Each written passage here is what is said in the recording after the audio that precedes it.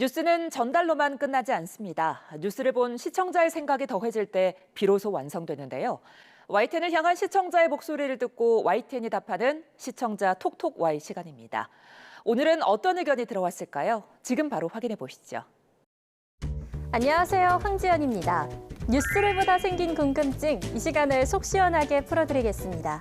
그럼 시청자 톡톡 Y 첫 번째 보도부터 살펴볼까요? 우리나라에서 세계유산위원회가 열리는 건 지난 1988년 협약 가입 이후 38년 만에 처음 있는 일입니다. 이번 회의에서는 총 33건의 유산 등재가 심사대에 오릅니다.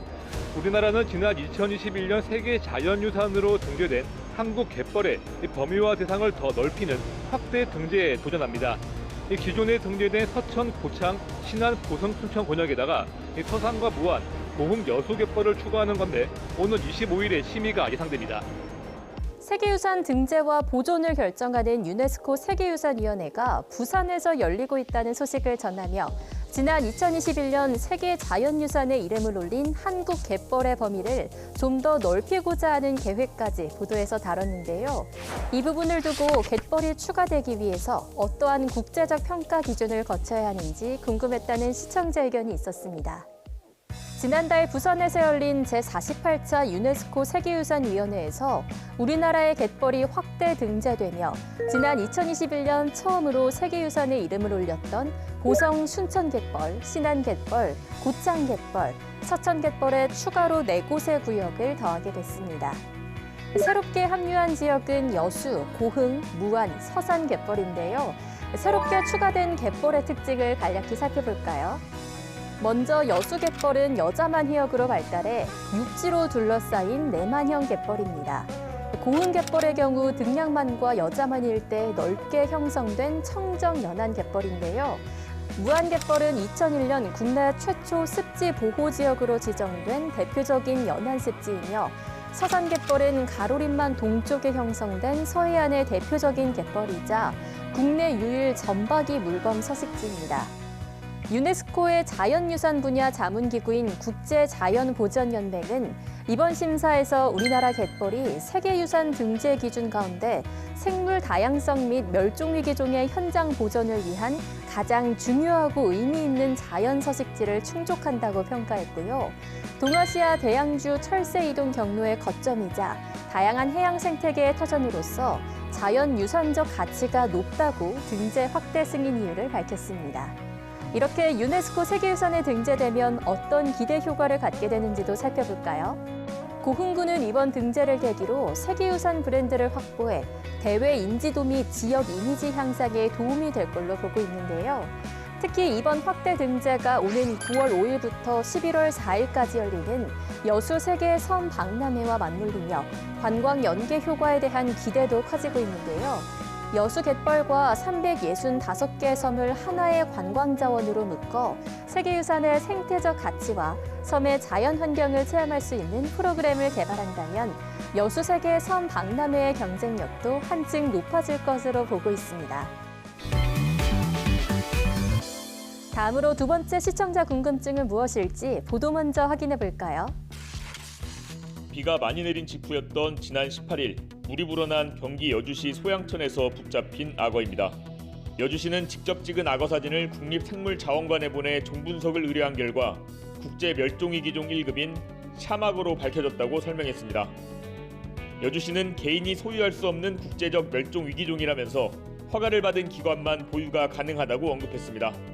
누군가 허가 없이 키우다 버렸거나 일반 입으로 들여왔을 가능성이 큰 만큼 경찰도 경위 파악에 나섰습니다. 경기 여주 하천에서 발견된 악어가 국제적 멸종위기종 1급인 샤막어로 확인됐다고 전했는데요. 관련해 외래종 현황과 국제적 멸종위기종 반입에 대한 처벌 등을 다룬다면 사회적 안전망을 강화하는 데 기여할 수 있겠다는 시청자 의견이 전해졌습니다. 외래종이란 외국으로부터 인위적 또는 자연적으로 유입돼 본래의 서식지를 벗어나 생존하게 된 생물을 의미합니다. 외래생물 유입 추이를 살펴보면 2009년 894종에서 2014년 2167종까지 늘어 지난해에는 3107종으로 꾸준히 늘고 있는데요. 외래종이 유실돼 자연에 무분별하게 퍼질 경우 국내 생태계를 교란할 수 있는데요. 천적이 없는 외래종이 토종 생물을 포식하거나 교잡을 통해 생물 다양성을 훼손할 가능성도 있다고 합니다. 한편 최근 이색 반려동물에 대한 관심이 커지며 국제적 멸종 위기종을 불법적으로 국내로 반입해 키우는 경우도 많은데요. 이런 생물들 역시 외래종이기 때문에 우리 생태계에 심각한 영향을 줄 수 있습니다. 각별한 관리가 필요한 이유인데요. 정부는 야생생물 보호 및 관리에 관한 법률을 통해 국제적 멸종위기종을 사육하려면 적정한 사육시설을 갖춰 기후에너지환경부 장관에게 등록하도록 명시하고 있습니다. 법령에 따르면 허가 없이 국제적 멸종위기종 및 그 가공품을 수출, 수입, 반출 또는 반입하는 경우 3년 이하의 징역 또는 300만 원 이상 3천만 원 이하의 벌금에 처해지는데요. 수입 또는 반입된 국제적 멸종위기종을 반입 목적 외 용도로 사용하는 경우에는 2년 이하의 징역 또는 2천만 원 이하의 벌금에 처해진다고 합니다. 그렇다면 보도에서 소개된 샴 악어 같은 국제적 멸종 위기종은 어떻게 될까요? 국립생태원은 2021년 9월부터 밀수, 유기, 불법 사육 등의 사유로 구조된 국제적 멸종 위기종을 보호하고 있는데요. 하지만 현재 수백 마리의 국제적 멸종 위기종을 보호하며 시설이 포화 상태에 달한 것으로 전해졌습니다. 오늘 마지막 주제에 대한 시청자 의견 이어서 확인해 볼까요? 울산 북구의 한 농지. 농지라고는 볼 수 없을 정도로 모래와 자갈이 언덕처럼 쌓여 있습니다. 흙을 조금만 파도 아래에 묻힌 시커먼 가루가 잔뜩 나옵니다. 농지의 폐기물을 불법 매립한 겁니다. 당시 매립 작업에 참여한 포크레인 기사에 따르면 아래에 묻힌 폐기물만 25톤 트럭 200대 분량, 5,000톤 가까이 될 걸로 추정됩니다. 울산 일대 불법 폐기물 매립 현황을 추정하는 보도였는데요. 관련해 이후 시의 조치와 불법 폐기물 매립 행위에 대한 처벌 수위, 그리고 과거 사례가 있는지 궁금하다는 시청자 의견이 있었습니다.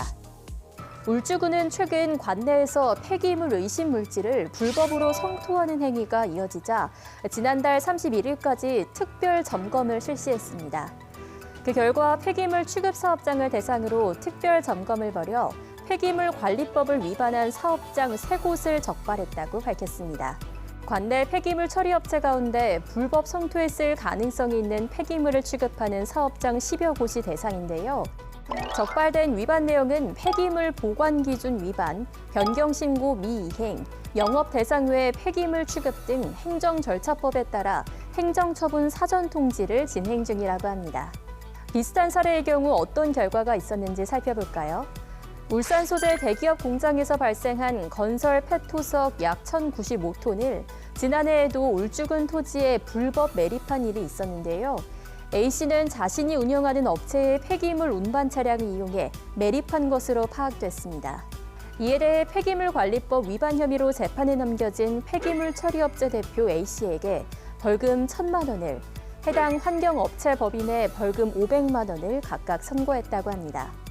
또 농민들의 발길이 뜸한 농한기를 틈타 폐건축 자재 등을 농지에 무단으로 투기하는 사례가 잇따르고 있는데요. 먼저 농지 소유주에게 양질의 흙을 공짜로 객토해주겠다고 접근한다는데요. 여기서 객토란 토층의 성질과 생산성을 높이기 위해 농지 또는 농지 예정 토지에 넣는 흙을 말합니다. 하지만 실제로는 재건축, 공사 현장에서 발생한 순환 골재, 생활 쓰레기, 폐자재 등이 섞인 흙을 버리는 수법으로 투기하는 거죠. 이 사례의 경우 재판에서 민형사상 모두 승소했지만 폐기물 처리 부담은 고스란히 농민이 지게 돼 감당할 수 없는 비용을 떠안게 됐는데요. 파주시에서는 이런 사례가 연간 수십 건이 발생하는 것으로 알려져 강력한 처벌과 단속이 요구되는 상황이라고 합니다. 여러분이 남겨주신 궁금증, 오늘도 속 시원히 풀리셨을까요? 다음 시간 알찬 내용으로 찾아오겠습니다. 그럼 다음 주에 만나요.